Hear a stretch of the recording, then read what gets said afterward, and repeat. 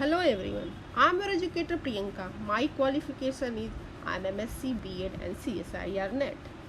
I have covered the entire topic of pollination in my previous video. My channel name is Need Biology. If you did not see my video, you can go there and watch my video.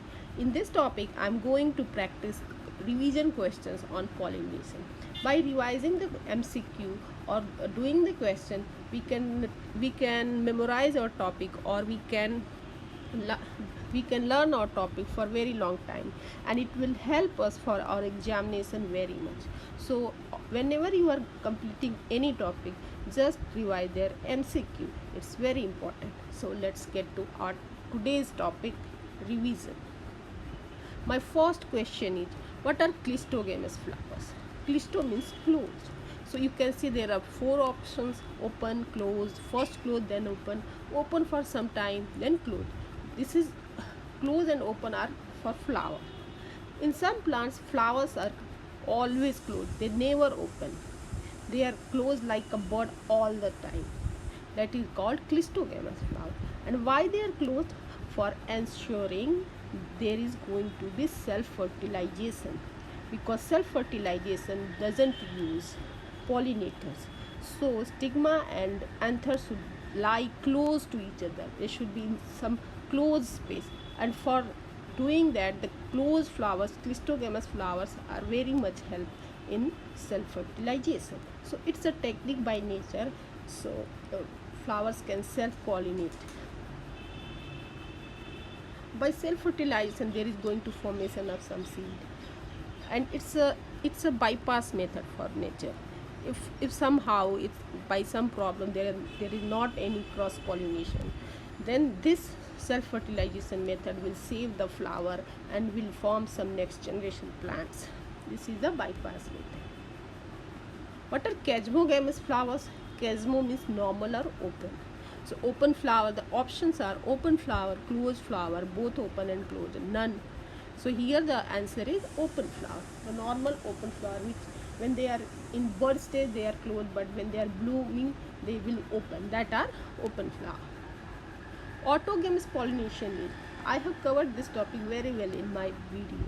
What is autogamy, what is heterogamy, what is xenogamy?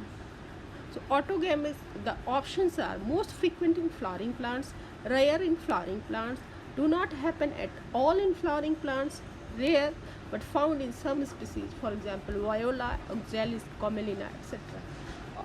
Autogamy or self-pollination is not very much frequent. It is found in only some plants, because by self-pollination, when the seeds are going to form, they are not of very much good quality. They are inferior in quality. So, but they can help in producing new generation if by any default cross pollination is not going to happen. So answer is rare but found in some species. Autogamy is different from geitonogamy. I have covered this topic. What is autogamy, what is geitonogamy? Both are self-pollinating methods. They are not they are geitonogamy and autogamy are self-pollinating mechanism. But in autogamy, the anther and the stigma are of same flower. But in geitonogamy, anther is from pollen is from other flower and stigma is from other flower. But on same plant. Plant is going to be same here. And here in geitonogamy, there is the use of pollinator. They cannot do self-fertilization alone. They use pollinator. So difference is due to pollinator. In geitonogamy there is going to be a pollinator, but in autogamy there is no pollinator. So autogamy is self-pollination and geitonogamy is cross-pollination on the basis of pollinating agents.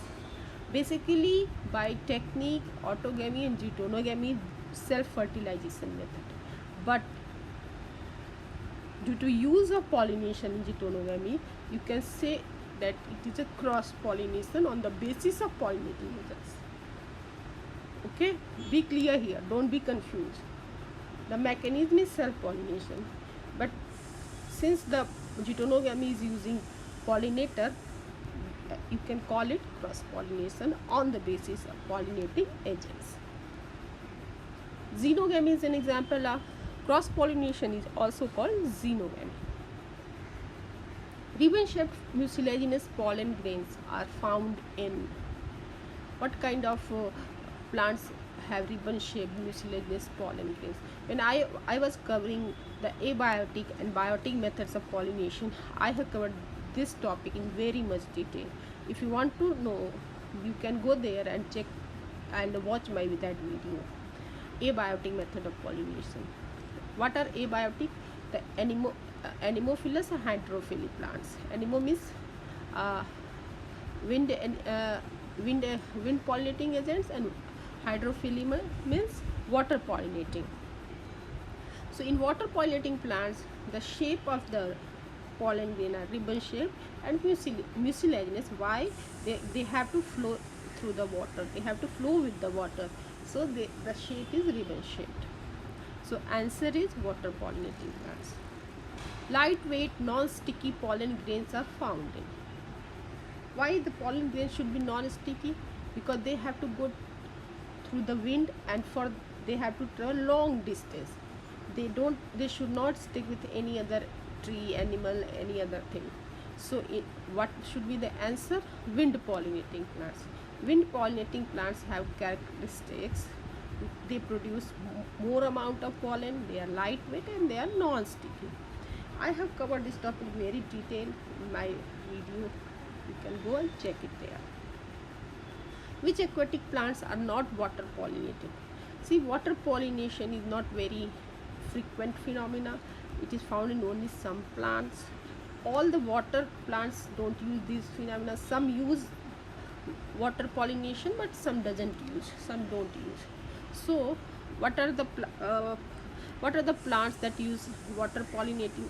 Valisneria and Zoosteria use water pollination, but water hyacinth and water lily don't use. They carry out their pollination by other methods, not by water pollinating method. So answer is 3. Moth and yucca. This is a very important example.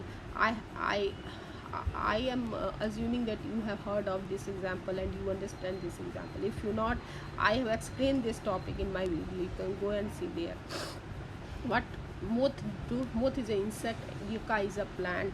Moth lays their egg inside the ovary of yucca plant, and while doing so, it pollinates yucca plant and help in cross pollination.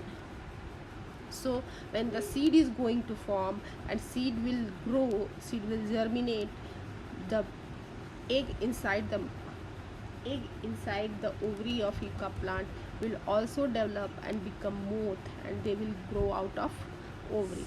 So by doing so, moth is ensuring that their eggs is not eaten by other birds or animals, and they will form their next generation, and yucca is going to cross pollinate their plants and make next generation.